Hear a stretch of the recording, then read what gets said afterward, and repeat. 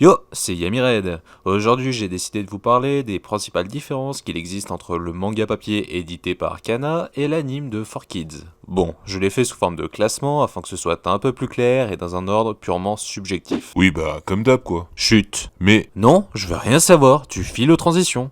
Bon allez, go.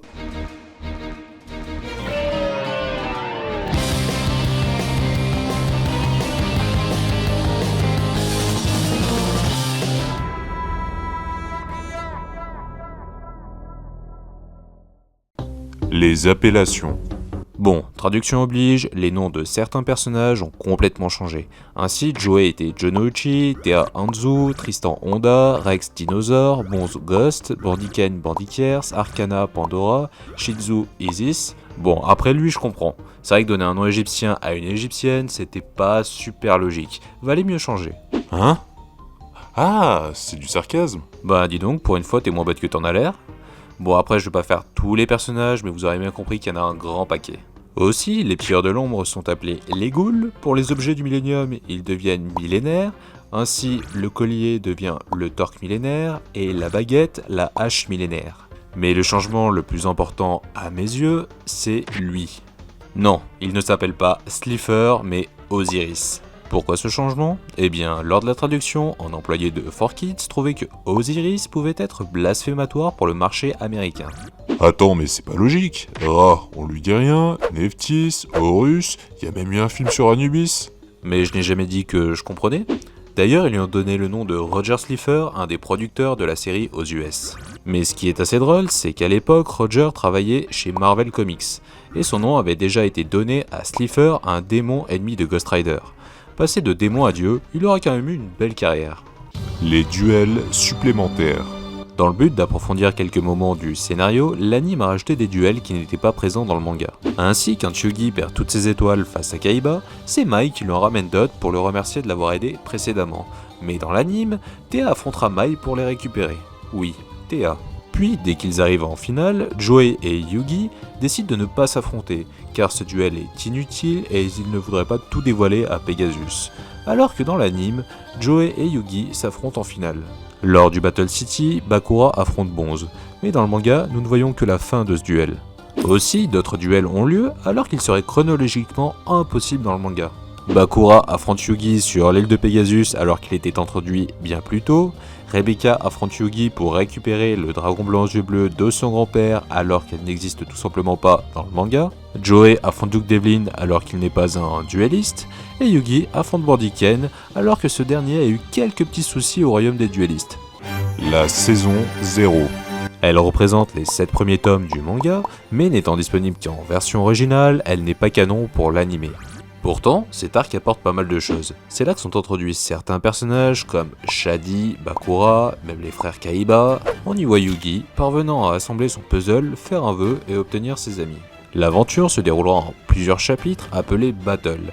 Dans chacun, un méchant mettra en danger ses amis, alors un autre Yugi bien mystérieux viendra en aide et proposera de jouer un jeu. Mais étant justement le roi des jeux, il ne perd jamais et inflige une lourde sanction aux perdants. En fait, c'est un super-héros qui joue avec ses ennemis. Alors, dit comme ça, c'est un peu bizarre, mais effectivement, c'est à peu près ça. À la base, cet arc parlait de plein de jeux différents. Tamagotchi, arcade, yo-yo, dés, hockey sur table, ou le duel de monstres n'en était qu'un parmi tant d'autres. D'ailleurs, après que Kaiba ait perdu à ce jeu, il réunira Yugi et ses amis dans le Defty, un jeu mortel composé de 5 parties.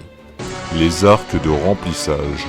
Le manga étant en cours d'écriture, au même moment, il fallait bien trouver un truc pour gagner un peu de temps. C'est pourquoi ces arcs ont été créés. Ainsi, à la fin du royaume des duellistes, Kaiba se retrouve piégé dans un monde virtuel, Yugi et ses amis iront l'aider.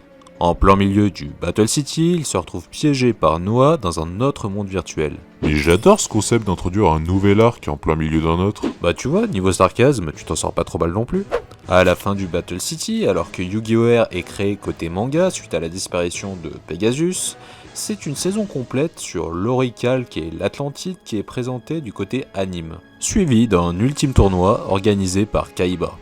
La violence. La violence est présente depuis le début du manga, notamment dans le tout premier arc avec les jeux de la sanction. Ainsi, un devient quasiment aveugle, un brûle, un autre est piqué par un scorpion, un groupe se fait électrocuter. Mais le clou reste le Defty, avec une épreuve sur la chaise électrique, celle de la guillotine, une autre où Joey est attaché à un tueur équipé d'une tronçonneuse. Ça va, c'est pas si violent. Fais gaffe, hein, à force d'user du sarcasme, tu vas finir par ressembler à Sheldon. Bon, et avec tout ça, comme le disait Didier Chandoudoui dans son Yugi Trouf, le royaume des ombres n'existe pas. C'est juste une manière de rendre l'anime moins violent. Car par exemple, lors du duel avec Arcana, un disque magique est censé envoyer directement au royaume des ombres par simple contact. Alors que dans le manga, eh bien c'est une scie circulaire qui sert juste à couper une jambe. Idem lors du duel avec Loomis et Umbra. Si la vide se brise, un portail magique s'ouvre et transfère les perdants dans le royaume des ombres. Alors que dans le manga, eh bien, il s'écrase juste au sol et meurt. Il y a également plusieurs morts non présentes dans l'anime, comme Mordiken tué par Pegasus, Bakura arrache l'œil de ce dernier et le tue, Bonze meurt à la suite de son affrontement avec Bakura, et vous l'aurez deviné, il y en a plein d'autres. Voilà, j'espère que cet épisode vous aura plu. Si vous voyez des sujets manquants, n'hésitez pas à me le dire en commentaire. Au-delà de ça, j'ai également sorti une vidéo sur l'histoire du manga de Joey et une autre sur Bakura. Allez, ciao! Et toi, si tu ne t'abonnes pas, je t'envoie au royaume des ombres. Comment ça n'existe pas?